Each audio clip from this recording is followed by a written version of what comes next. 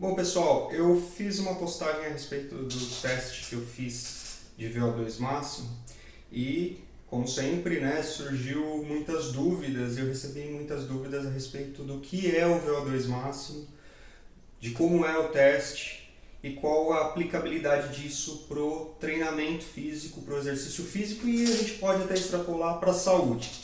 Bom, VO2 máximo é a máxima capacidade de captação, transporte e utilização do oxigênio. Então, se a gente está falando de captação, a gente está falando do sistema respiratório, se a gente está falando de transporte, a gente está falando do sistema cardiovascular, e se a gente está falando de utilização, a gente está falando do sistema metabólico, né? O nosso metabolismo energético como um todo. Então, se a gente fala de máxima captação, transporte e utilização do oxigênio, a gente fala da eficiência do nosso sistema cardiorrespiratório e metabólico. Consequentemente, né, existem números de parâmetro, né, de comparação para indivíduos saudáveis, mas sedentários, que não treinam, indivíduos treinados em diferentes modalidades, de como esse VO2 se comporta, o VO2 máximo se comporta e quais seriam esses valores de referência. Tá? Quanto maior o VO2, mais eficiente o sistema cardiorrespiratório e metabólico. Tudo bem? Com o passar da idade, é normal que o VO2 máximo ele diminua. Quanto mais treinado o indivíduo, melhor esse VO2. Então são parâmetros aí bastante importantes que, né, já se tornou claro para todo mundo a importância, o que é e qual a importância do VO2. E como é que se avalia o VO2 máximo? O teste de VO2 máximo ele é feito com uma máscara e tradicionalmente, né, a gente vê bastante ele sendo feito em esteira.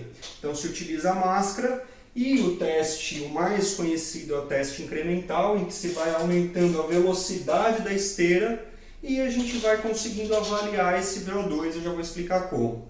Mas ele também pode ser feito na bicicleta, no cicloergômetro ou na própria bicicleta do indivíduo, tudo bem? Da mesma forma, se utiliza a máscara e aí no caso da bicicleta, em vez da velocidade, vai se aumentando a carga, né, a intensidade pela potência em watts. Então nós temos aqui a intensidade sendo modulada ou pela velocidade na esteira, ou pela inclinação também dessa esteira, tá? Ou os dois, e dependendo do protocolo, e na bike, no cicloergômetro, pelo controle da potência. Potência incremental, cada estágio aumenta-se um pouquinho dessa potência de tensão para que se haja mais força. Bom, sai do estágio em repouso e conforme vai aumentando a carga, cicloergômetro ou esteira, a frequência cardíaca vai aumentando, tudo bem? E paralelamente vai aumentando o consumo de oxigênio. Então nós temos aqui um aumento, né, linear disso.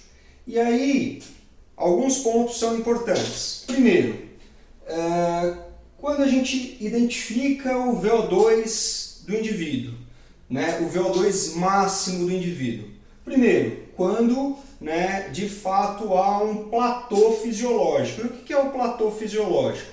É quando há uma estagnação das respostas fisiológicas. Ou seja, quando se aumenta a carga e mesmo o indivíduo conseguindo manter a sua força, não há um aumento da frequência cardíaca igual ou superior a 5% do estágio anterior, ou também não há um aumento da ventilação igual ou superior a 5% comparado ao estágio anterior. Então, se esse aumento de carga, com o aumento de carga, a frequência cardíaca e a frequência respiratória se estabilizou, não teve um aumento superior a 5%, quer dizer que houve um platô, não importa o quanto de carga a gente coloque aqui, porque o indivíduo vai fadigar logo e vai acabar esse teste logo, né? Ele estabilizou as suas respostas fisiológicas. Então a gente tem de fato aqui o VO2 máximo.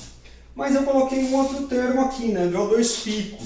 Por quê? Porque muitas vezes os indivíduos falham antes de chegar nesse platô fisiológico.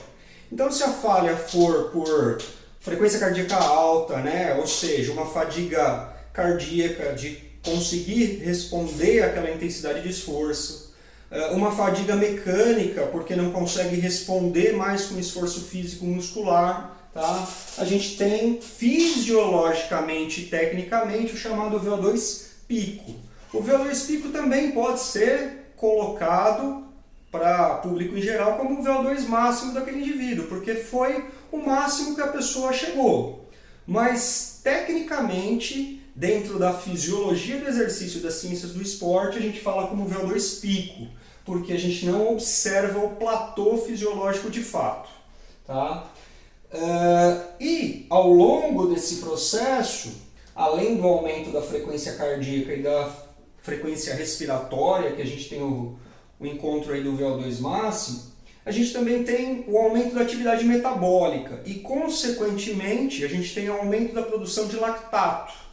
E aí a gente tem como determinar aqui pontos chamados de limiar anaeróbio 1 e limiar anaeróbio 2. Tudo bem? Limiar anaeróbio 1. Conforme vai aumentando a intensidade do esforço, mais lactato vai sendo produzido. E aqui esse lactato ele é metabolicamente utilizado de uma forma bem favorável. Quanto mais vai aumentando o esforço, mais próximo do limiar anaeróbio 2, mais difícil de metabolizar esse lactato. Quando passa do limiar anaeróbio 2, mais rápido o indivíduo chega no seu VO2 máximo, na sua exaustão, né, na sua máxima capacidade. Aqui a gente tem aquelas fases que são denominadas de zona 1, zona 2, zona 3, zona 4 e zona 5, que são determinadas ao longo desse processo pela frequência cardíaca do indivíduo, e a gente consegue estabelecer parâmetros de treinamento. Quanto mais intenso, mais o indivíduo está próximo da fadiga. Quanto menos intenso, mais o indivíduo consegue suportar o esforço prolongado. Todas as fases são importantes para a periodização do treinamento, para que se melhore as capacidades físicas de acordo com o objetivo de cada indivíduo, lógico. E não importa se o indivíduo tem um VO2 muito grande. Se ele sai do limiar anaeróbio 2 e chega no seu VO2 máximo de uma forma bem rápida, se comparar com outro indivíduo que tem o mesmo VO2 máximo, mas que consegue suportar muito bem essa fase de exaustão aqui, próxima à exaustão, o que consegue suportar mais vai ter mais desempenho. Então, a grosso modo, né, nós temos aí o VO2 máximo sendo um excelente parâmetro para análise de desempenho. E para a saúde? Para a saúde, a partir do momento em que nós temos um VO2 máximo alto, ao longo do processo de envelhecimento, mais difícil é o indivíduo desenvolver doenças cardiorrespiratórias e metabólicas. É impossível desenvolver esse tipo de doença se o indivíduo tem um VO2 máximo alto? Não, não é impossível, tá? Mas mais difícil é, mais qualidade de vida o indivíduo vai expressar.